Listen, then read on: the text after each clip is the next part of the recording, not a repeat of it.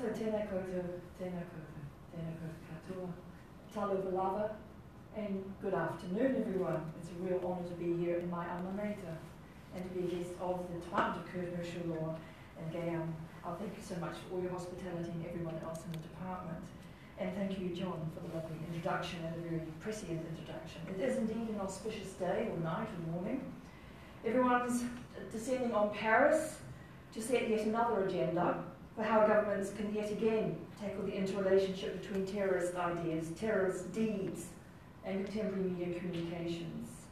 Of course, these are now completely dependent and completely impossible without what we call the internet. And of course, we're getting that now through our mobile phones. The vernacular term is social media, which I think is a misnomer, okay? But I could go on for hours about that, but I'll just make that point now. What we're really talking about are privately owned, run platforms that cover the planet and through which billions of people communicate every day and every minute. And my first book, Postcolonial Politics, looked at how young Pacific Islanders were actually rejoicing and empowering themselves through these early forms of so-called social media. So my aim today in a talk, which probably already is too long, but I will cut it where I think so. If you all start reading, I'll know where to cut it. These are extraordinary technical, legal, political, social and cultural complexities facing New Zealand, and certainly the world's leaders, and certainly some of the representatives of these huge companies that we now call tech giants. And I think the Christchurch terrorist attacks have shifted the ground on which we're moving, and there have been previous events that have done so in similar ways. Where do you draw the line between free speech, as the Americans like to talk about, or freedom of expression using human rights language? Where do you draw the line between these fundamental rights and freedoms, including privacy as a means by which we can exercise these rights, whoever we may be? Where do you draw that line between those rights and many other rights that are in international law and national, and murderous acts of violence? So that's the complexity in which we're working. So I'm going to give you not so much, I'm going to sort of think about the past, the future. We're all used to working in different time zones and in different dimensions, so we're going to do a bit of a multi-level, multi-sided presentation. I just want to remind you, because Ken Burns and Lynn Novak's fantastic 10-part documentary, The Vietnam War, is now running on Maori television. I think it's almost finished. I want to remind you of an image from 1970, one of the many images that brought the Vietnam War to the world's television screens, changed the course of the war, changed the course of a couple of presidencies. And I want to remind you that the image is how we know our world, and it has been how we've known our world since photography was invented and since cinema took off. We underestimate the power of the image. And we underestimate just how much it's part of what we do and what we say. Text and image, of course, together.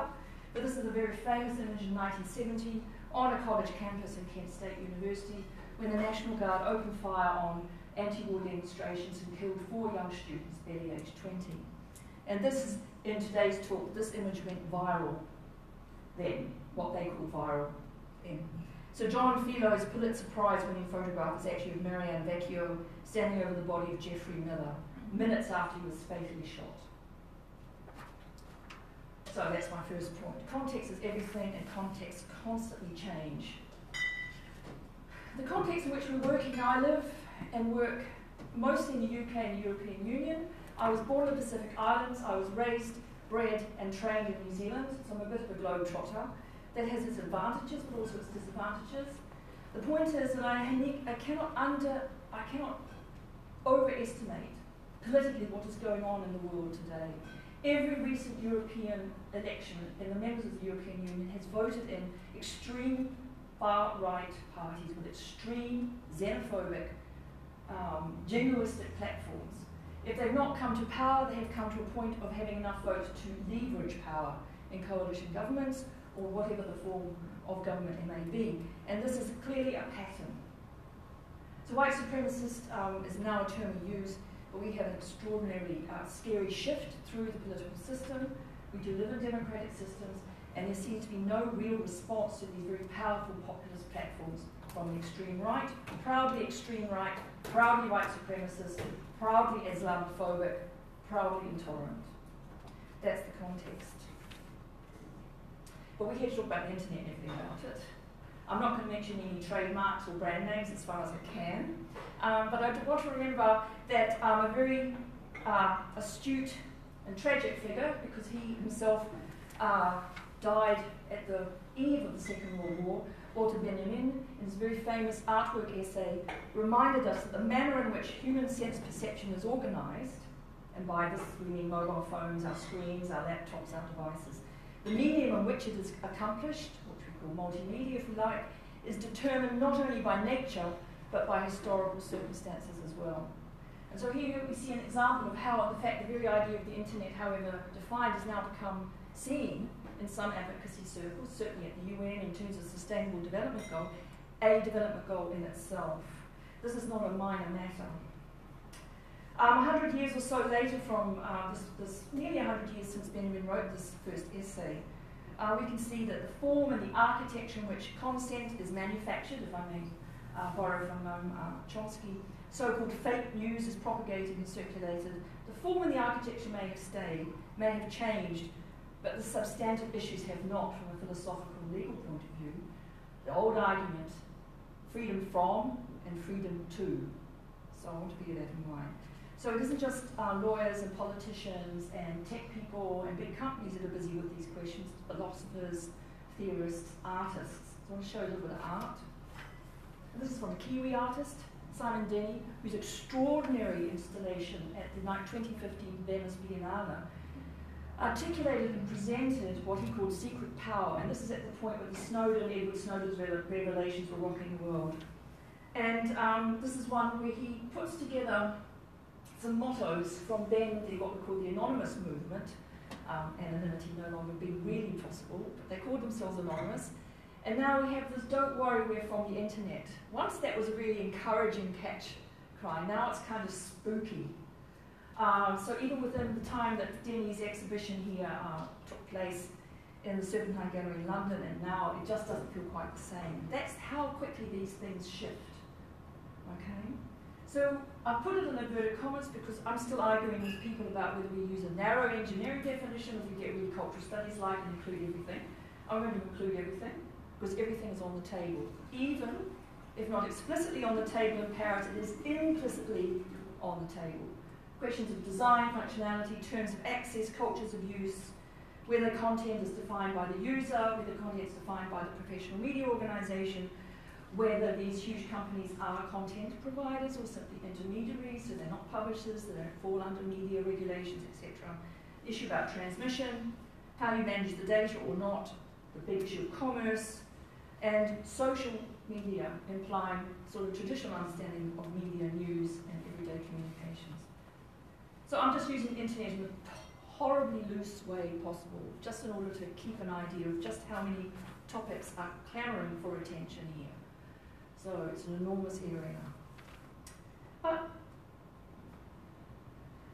New Zealand, Aotearoa New Zealand and the Tangata Pacifica were one of the first to figure out that these ways of communicating across time and space and across the planet using pathways that were already in place through telecommunications by computers that can now speak to each other was like really cool. First of all, you could find out what the rugby score was. Secondly, you could get hold of your grandma, if possible, because the access and the connectivity was a bit dodgy, particularly in Tonga at the time. Lots of power cuts, still are. You learn to be patient. In the 1990s, there was extraordinary, vibrant, rich discussion forums, what would have been then called social media, using bulletin board services, and designed and run by enterprising young Pacific Islanders, often living in the States. The first one is Tahalu Kami, who's Kavabo, and Ao Aiono with the Polynesian Cafe and the Kamehameha Round Table. Very important places, as it turned out, for talking about democracy in kingdoms such as the Kingdom of Tonga, which didn't really have the same attitude to media and press freedoms as we're used to here. And the democracy movement kind of took off and found a voice in the 1990s. And I had the good fortune to be watching and observing these from a research point of view. But I just want to remember, we've been at the forefront of this. Satellites were leased from the Russians for these connections to take place because there was one undersea cable running under the Pacific. Still isn't much more than that, so most of this was through satellites. So, there was a problem dealing with what they called haters, H-A-T-A-Z. How you stop the haters ruining the discussion. whether you censor them, what sort of rules of conduct, what sort of house rules. And how did this happen? Well, of course, the internet, in terms of a transmission pathway, is piggybacking on some very well-established pathways, and that's telecommunications and telegraph. And if you want to find some great traffic maps and get a sense of the geography of what we're talking about, Telegeography has a great website. And this just, I want to show you this example, and I think it doesn't take long for you to see where the axis of power and depth and traffic is. It's pretty obvious, isn't it? You can interpret it as you like. That was 1999. I think it's a very good moment where the World Wide Web of the 90s was morphing into what we call Web 2.0, which is a business model, a very successful one, and from which the big trademarks and the big brand names we know emerge today. But this is to emphasize it's all about transmission. If you want to win a revolution, you've got to get to transmission. Then you worry about the content. Because you haven't got transmission, you can't tell anyone what you want to say. 2005, pretty much the same, but everything just a bit thicker. So power and influence and access begets power, influence and access. So, but of course the map that really sends shivers up my spine because of the way they represented it as light is the recent, the great global monopoly. One of several, but the biggest in terms of how everybody every day gets on. 2 out of 7 people officially have a Facebook account. And this is what Facebook called their social web, and this is their map of the world. Now you can see the places that are so-called dark, in so-called darkness, and those that are so-called lit up. And if this is from 2011, roughly 2010, 2011, just imagine the intensity of the light. Some regions are dark because of physical characteristics, sub-Saharan desert for instance, but some are because of geopolitical reasons, namely China, namely Russia. So what's the key shift between this map, based on imperial telecommunications, British Empire, and this map? The difference is ownership. Government owned, privately owned. So quickly some stats, just to show you how, first of all, how easy it is to do this work. When I was doing the post-colonial politics book, none of this stuff was aggregated. I had to gather all these stats from everywhere. Now they're really handy. There are lots of websites, and they take the usual sources and they put them together. This is 2017. And you can see that where the increases are happening, it's no longer in the Anglo-Euro-UK internet heartlands, it's happening elsewhere in the world. That's just to show it more, I think more explicitly. 50.1% is what they call Asia, and this is where the growth is, including the growth in mobile phone connectivity. Okay? So the Sustainable Development Goals are very important because it's all about connecting the next billion. That's been a motto since 2008, actually. And this is another one. I have fun with my students with this one because I have many students from mainland China. And of course, these all sound like different companies, but of course, they're all aggregating under the ownership of 1 or 2 companies, and that's the scary part. It's also because we're talking about conglomeration of power and ownership and control. So I think you might be able to see that. WhatsApp, Messenger, Instagram all belong to Facebook. So that would change the graph if you put them all under the same ownership. And of course YouTube belongs to Google and so on and so forth. You still with me? I've got a really big slide about to come, so this is just warming you up. The elephant in the room, of course, certainly since I began researching this stuff, even back in the Cow and Bowl and the Kamehameha Roundtable Polycafe days, is who is in charge and who should be in charge. That was an issue then, because certainly in the Kingdom of Tonga, the issue of physical access to be able to hang out in these forums was actually provided by the Royal, I forgot what it's called, the Royal Building of Science, which was actually owned and run by the royal family, who were the object of much critique at the time. So these kinds of tensions are with us all the time. But it is the elephant in the room, and it is certainly in Paris. So I just want to sort of pause a little. I've got 3 examples, if I can get through them without getting, I'll see if I can get through all 3, about how these work along the lines of content, transmission, architecture, ownership and control. and just remind ourselves of how much has gone on since Tim Berners-Lee and his team came up with this cute idea to make it easier for non-techies to interact through computer mediated networks. There is a double life of these sorts of technologies. They're hardware and software. One cannot run without the other. People are theorizing in many ways. Lawrence Essex talked about code being law, de facto the law. Others have talked about thinking machines, and these predate our current fashion for talking about artificial intelligence. But the point is here with this graphic, you may remember the Arab uprisings in 2010, 2011.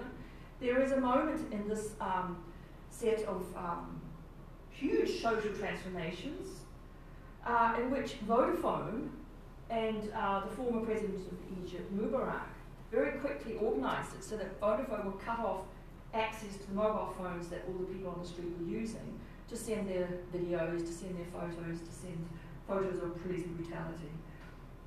It didn't last long because there was a huge uproar around the world. NGOs, human rights, saying, what's Vodafone doing? Aiding and abetting a dictator. And the point is it illustrates this complex and fluid relationships between governments, whatever they are, whatever their political ideology may be or system. It's a complex and fluid one. This is 2011. We've also had the issue of Google in China back in 2010, withdrawing so-called to Hong Kong because it refused to comply with the Chinese government's request for access to data or information about certain activists. Google also had issues in Pakistan where it took a decision to not comply with the Pakistani authorities at the time. So these are all separate stories and just illustrate the extraordinary power these companies have to come and to go, and the difficult decisions they do have to make. And the double life of these technologies is they can be used all at one at the same time for civil purposes, military purposes, and of course for surveillance, censorship purposes. The same apps, same systems can be deployed, redesigned, repurposed. And it's very important when we do get stuck in our silos. Those who are writing law are dealing with the intricacy of the black letter of the law and the very important work that is. People who are designing these applications and these larger systems are working to order, whether it be by corporate order or governmental order, and the rest of us are just sort of, what's happening in our family, okay? Without necessarily thinking about what that might mean. But it's easy to forget just how crucial the live stream, the retweet, and the text has been for some parts of the world. It goes a long way, but I'm just going to start with the 2009 Iranian Green Movement. A young woman, Neda Aga Sultan, was killed in the scuffle, and it was an amateur video that brought that to the world. In the Arab uprisings, of course, it was mobile phones, and people called it Facebook and Twitter revolutions, but it mobilized a whole young generation of young Tunisians particularly, and in Egypt, but particularly Tunisia. As far as they were concerned, the internet was synonymous with this large corporation and its social platform because they had accessed the internet through this platform, and they managed to topple their dictator at the time. So huge regime change there. But the one I want to concentrate on today is, how long are we talking here? I'm just really conscious of time. You're not quite halfway. Oh, okay. That's all right. Oh, no, you're exactly at halfway. All right. Ooh, okay. Is the 2013 Gezi Park movement in the centre of Istanbul. People remember? No? Remember? Cool. Gezi Park's an extraordinary moment because here we have alternative TV, we have street radio, we have what was then a live video application called Vine that was used on Twitter that transformed what people knew about what was going on. Because whilst citizens of Istanbul were occupying this huge square in Istanbul, who's been there?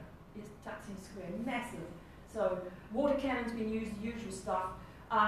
The government was showing pictures of penguins on television. So this real contrast between, in this case, state-owned and deeply censored media and what was actually happening on the street. And I won't show the video, I think. Much as I want to get to my point, but we could show it at this time later. Just to remind us of very creative use of these technologies, and there's research being done by many, but I have a PhD student just about to defend, and she's been contrasting the extraordinary creativity during 2013 that got around state censorship and the penguins, And then 2 years later, after the failed coup in Turkey, how Erdogan himself discovered FaceTime, and how Erdogan then discovered Facebook live video, and this extraordinary deployment of live video streaming to show anti-coup protesters, and also revealing divisions in Turkish society. But I'll let Oylan Apak actually make her argument. It's extraordinary work that she's been doing. Anyway, Vine was discontinued, and now we have what's called live video or live streaming. Of course, the Chinese have also been using WeChat live video on their apps and mobile phones for some time. But once again, back to my point about video and image, we must also not forget that it was in 1991 that amateur video, home video, you know, that huge recorders on their shoulder, now actually just do this, of Rodney King being beaten to a pulp in LA, which led to the LA riots and changed the face of race relations in the United States, because that became manifest and got televised around the world. Right, that's case one. You know, the revolution will or will not be tweeted, texted, retweeted, or live streamed.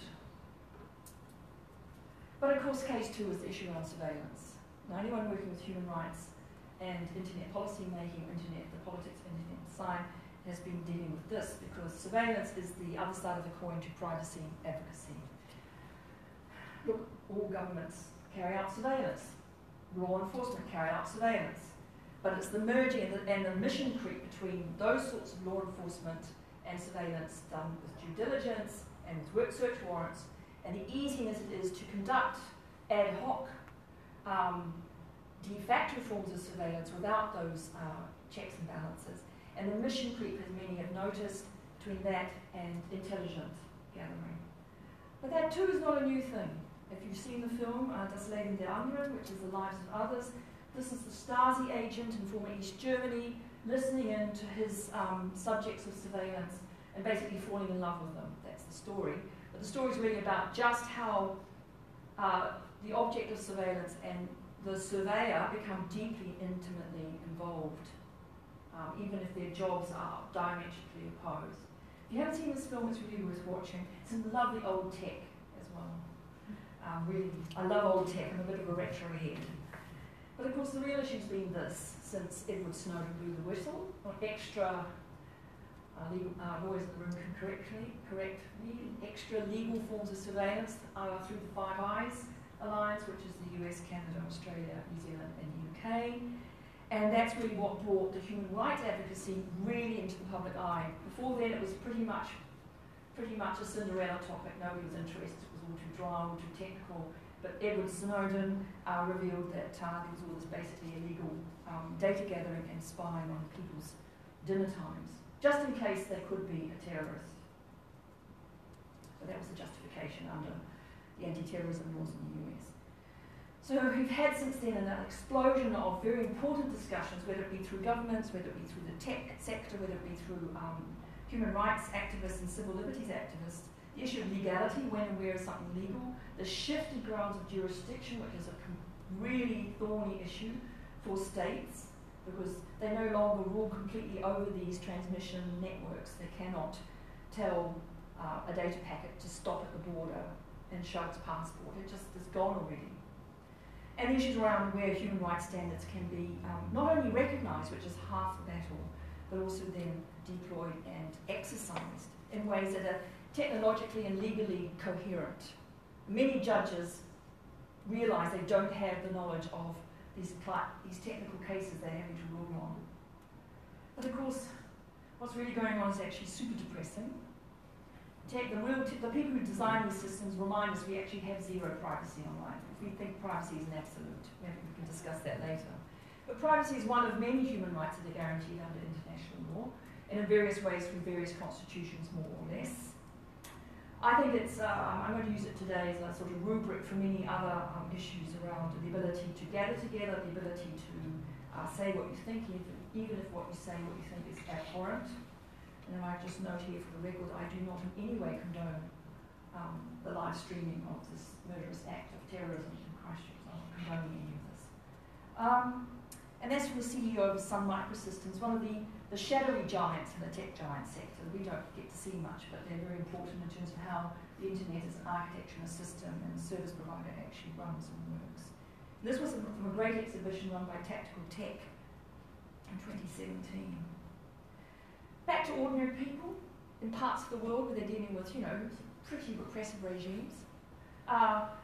These brand names became, of course, you know, the new way to make a difference, and in many ways they did make a difference. But there's quite an interesting list here, isn't there? And this is from 2011 as well.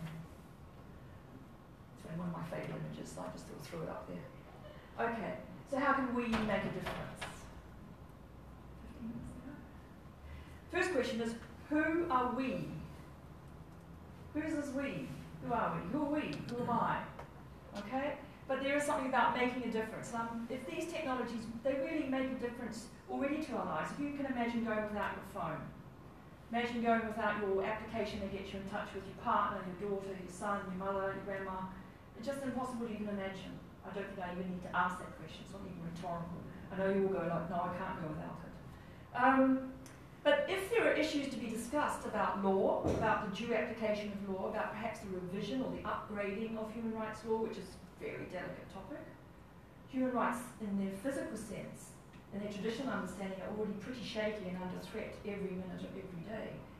So there was a lot of resistance in the beginning from human rights organisations. Don't start to make it more complicated. We have enough trouble dealing with human rights abuses on the ground, even though you're wafting on about cyberspace or online.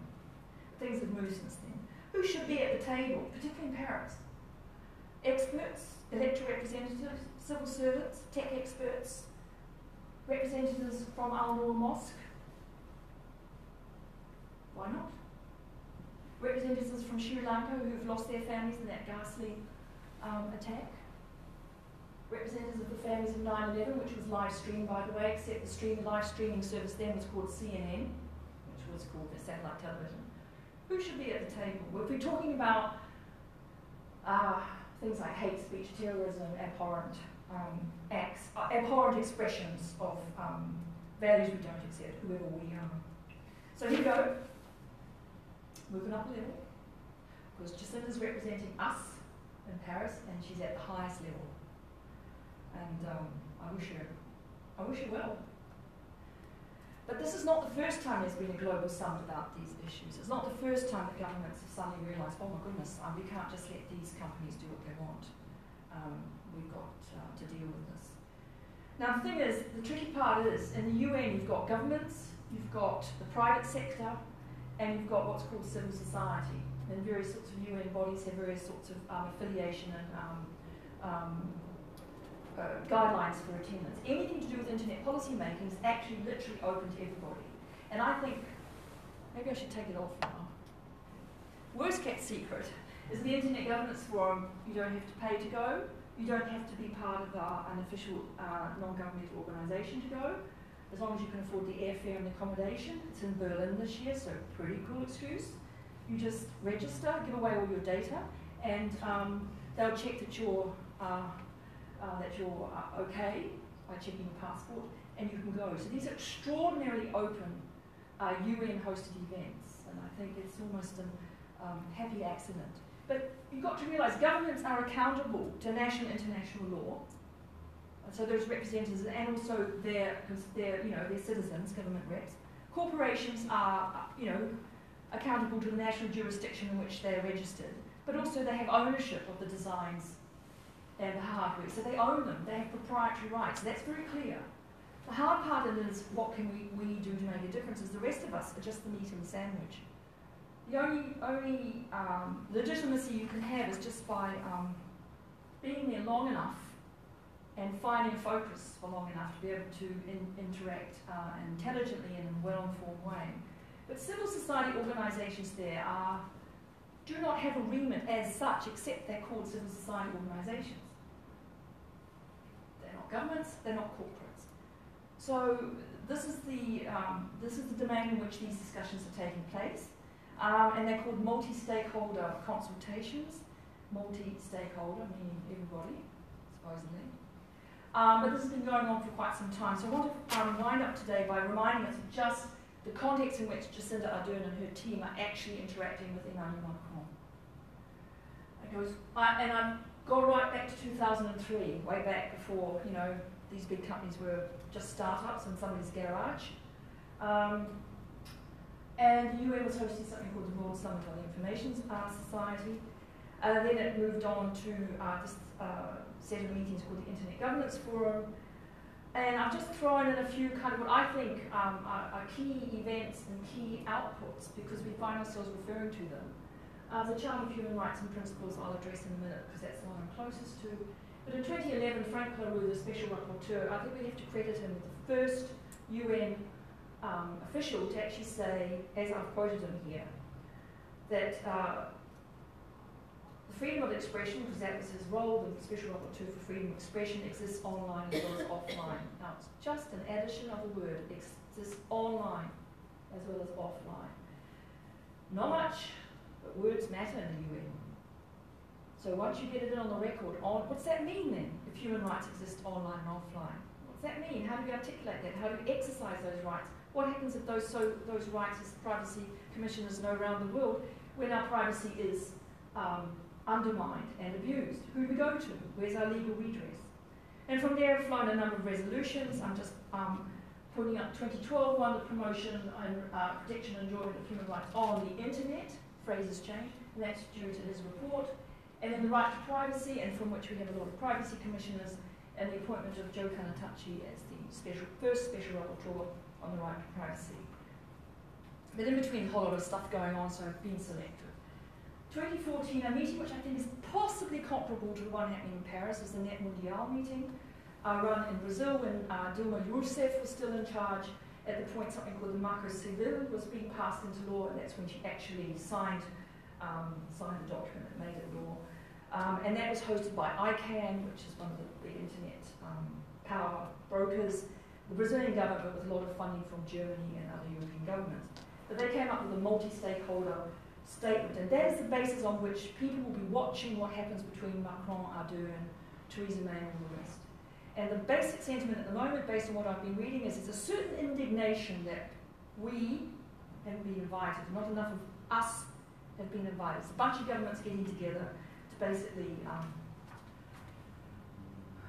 do what? Okay? Now here I want to be careful, because I think, having worked in this area and knowing that it's a drip, drip, drip work, it is not particularly high profile, the public record really matters. And the UN is one of the biggest archivists online there is, that archives everything. Transcripts, videos, drafts, outputs, extraordinary resource for anybody wanting to search the processes by which these final documents emerge. The Net Mundial has very handily put up all 86 submissions for its final stakeholder document, so you can run any kind of software through that you like and draw any forms of references you wish. But I just want to pause. I've got about 5 minutes to go. I want to think about, first of all, it's the generation. This is the young leadership generation. I think demographics really matter. This is, in their 30s. They're not quite digital natives, but they're pretty close. Okay? I think New Zealand can and is taking the lead. I think Ardern's clamping down on gun laws was an extremely clever move, and was not focusing on tech. She was focusing on more fundamental social issues. Why do you need an assault rifle to kill a bunch of rabbits in Southland? I have no idea, but good on her.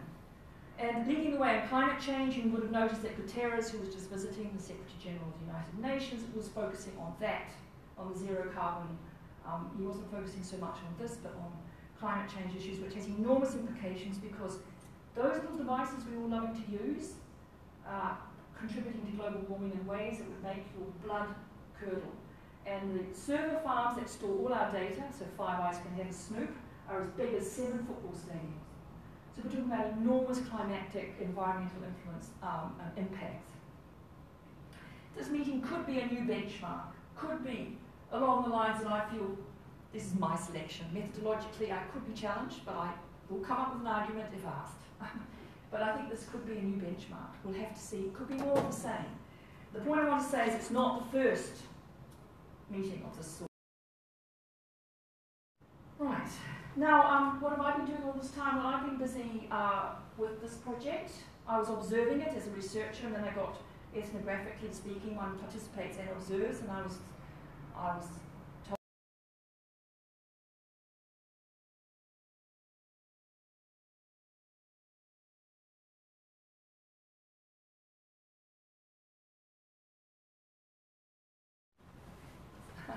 So this is the Charter of Human Rights and Principles for the Internet, and it dates from 2010, 2011. So a lot of activists in the Arab uprising were very excited about this. And it follows from the Universal Declaration of Human Rights, including a number of second and third generation treaties and covenants, which makes it incredibly ambitious then and now. But there's no other document that dares to go so far. Privacy is Article 8, and of course it reiterates and articulates privacy as we now understand it. It was one of the first documents to really think about it in terms of how would you understand this as an international human rights lawyer or a judge in the Human Rights Court. But it also includes consumer protection, it includes the rights of children, and it includes the right to development, which aren't strictly the UDHR themselves. So it was almost quite a conceit to put this together, but it was a time and it came together. It's very well written. I cannot take any credit for that. But I was one of the little team that drafted. It was called what you call policy hacking, and a whole bunch of us sort of decided, okay, which clause of the Universal Declaration do we want to rewrite so it's relevant for the internet? I mean, just the conceit. So me and a bunch of others said, okay, education and culture. I thought I can handle that. Whew. When you try and rewrite something like the Universal Declaration, which has now got the status of soft law after 60 to 70 years, even though it's not hard law, you realise how well written it is, and you realise what you're doing is you're destroying a beautifully written document by some very clever legal minds and intellectuals. So the new humility you had to learn, because as academics we like to sniff at human rights standards and instruments, liberal bourgeois instruments of domination. They may well be. There are some deep problems with some of the assumptions here. But universal doesn't mean absolute, so that's my response. So we've got actually now 21 general clauses. It's very much based on the model of the Universal Declaration, but it goes a little bit further. And I think we're very proudly, we've got rights of people with disabilities in there, rights of children, and the right to development. We did have an argument in the beginning, should we include the environment? It was 2010, and somebody said, oh, that's one too many. That's one article too many. Drat. Okay. But it was at the time one article too many. And now it's in this many languages.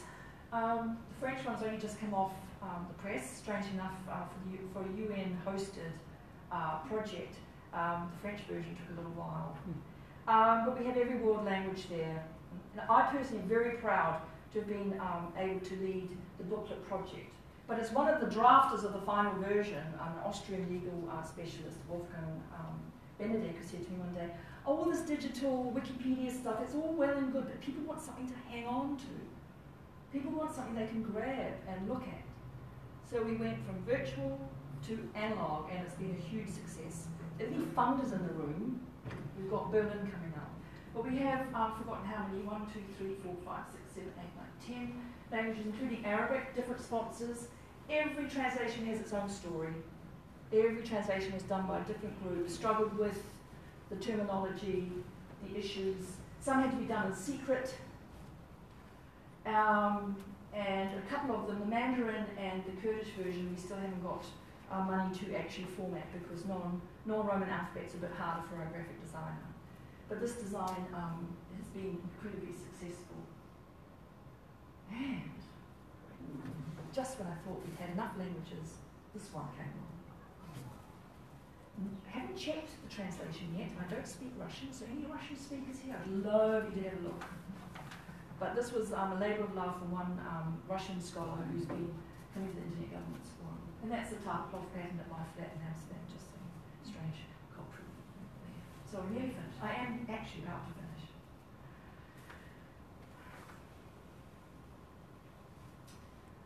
Now, I don't know if, I think Andrew Finberg back in the 90s kind of, you know, this is the 90s when the internet had taken off and everyone was glowing about these fantastic communication services, the World Wide Web, browsing. it's difficult to figure out what to do. And I think what you can do personally, you don't have to go to Paris or Berlin and hang out with all these aficionados. You can start at home. Some very simple ways to get some agency back in your life, or back in the life of your kids. My students now have to turn everything off. I've tried many, many ways, but I now ask them, I say they don't have to accept my request, they are free to refuse, to put all their devices up in front of the room. Lots of anxiety for a couple of weeks, and now they just do it automatically, and they talk about actually being really cool. To be free from your device for an hour, 2 hours, 3 hours. Very simple. So with this big meeting about to start 6 o'clock, so that's yeah, they'll be getting ready. These are my big statements. Because I'm now going to speak more as an intellectual and academic as well as an advocate, I've put my hats on. There's a problem with the academic research because it tends to be carried along with the topic of the day, carried along with the politics of the day. It's quite hard as an academic when you're engaging in these discussions and collaborations. And as I was chairing the Global Internet Governance Academic Network, otherwise known as GigaNet, we have many of these discussions as well because academics cover the spectrum of ideologies about states and markets, about regulation versus self-regulation. So these are ongoing debates. But I think if I could write a little letter to if I could sort of say, Dear Jacinda, if I could be so bold, because the world knows her as Jacinda, she's been an extraordinary representative of this country, and incredibly proud to be a New Zealand citizen, to watch this extraordinary leadership. She's also meeting with a world leader who has a very clear strategy, that's the French government, to return to le défi américain, which is was a very strong French policy in the 70s. And I think a lot of forces are converging on this Paris meeting. The issue is real. So here are my takeaways. First, technology is simply is neither a cause nor a solution. The perpetrator of the crime in Christchurch, who's yet to stand trial and who has the right for a fair trial, it was not technology that caused this act. This is the technocentric trap to think that it's the cause and therefore it's the solution. So the world here is dealing with a number of socio-cultural, ideological and economic enormous polarization. As I noted at the beginning of my talk, the rise of far-right, xenophobic, anti-immigrant political platforms that are gaining lots and lots of votes. And I'm afraid also, and this is based on my own research and much time spent in this, governments are no longer entirely in charge when it comes to media and communications. They gave that up in the 80s and 90s when they privatised and liberalised and deregulated. So sorry dudes, you just can't march back in and start throwing your weight around. It's a completely different ballpark at the moment. But this is the state-centric track from an analytical point of view. So, just to follow on that, governments are neither owners of the current and emerging technologies. These are actually, as I've said before, we all know and recognise these are global monopolies governed by profit margins. And this is the free market business model cul-de-sac. So you end up with these arguments, particularly from an American point of view, where it's free markets, libertarian worldviews versus the more social democratic, highly regulated European views. And you see that playing out in the European Commission with GDPR, with antitrust rulings being made in the European Commission and so on. But also there's a media-centric track. I work in the media department at the moment. I've also worked in the politics department. But regulating content is, I've said on one place, I think I might have upset people, a bit of a red herring. It's only the tip of the iceberg, the content. Because we're dealing with business models that are based on traffic. They don't care what the content is. And in many ways, it's good they don't care what the content is, because if these companies started to redesign the technology so it did matter what the content was, you would find that your hanging out with your family and friends would be take a lot longer, because that wouldn't be seen as commercially viable. But to regulate content is really only the tip of the iceberg. And the global compact already exists, and I do sound like people who sniffed at this project back in the day. Human rights already exist, you don't need to rewrite them. And it's not like we rewrote them, we just repurposed them. That compact already exists, international human rights law and norms. And though these standards are not self-explanatory, and any legal expert dealing with this intersection of information technology and law know that these are not self-explanatory. So human rights standards are being reframed, even updated. They have to be in order to be able to respond to these challenges arising from misuses and abuses of internet technologies. And this is something everybody said, we've got to balance human rights with surveillance. We've got to balance human rights with terrorism. It's a very difficult task, but this global compact needs to remember that it isn't just lip service we have to pay to human rights. And I'm becoming increasingly impatient now with the kind of tendency to pay lip service to human rights here, human rights there. If you take the Charter seriously and look at the work that was done those years ago, this is just scratching the surface, and this took months of work. So we're just starting on a long path. So my point is, thinking about the proportionate and necessary campaign, which is on one of my previous slides, a fantastic campaign coming out of the Snowden revelation, looking at law, it has to be proportionate and has to be necessary. I don't think 24/7 surveillance online or offline, CCTV, the UK is one of the most thickly CCTV surveyed societies in Europe, or artificial intelligence is the new silver bullet. These can end up being anything but proportionate and being anything but necessary to combat terrorist acts, let alone content. And there's a difference between an act and an idea and an utterance. And that's what I call the knee-jerk reaction trap. So we better beware in Paris, because there'll be a lot of leverage out of knee-jerk reactions. These are very powerful events, very emotional, very upsetting events. Politicians have a very short attention span. It's called electoral cycles. So most of this work has to go past electoral cycles. And why do I bother? This is why I bother.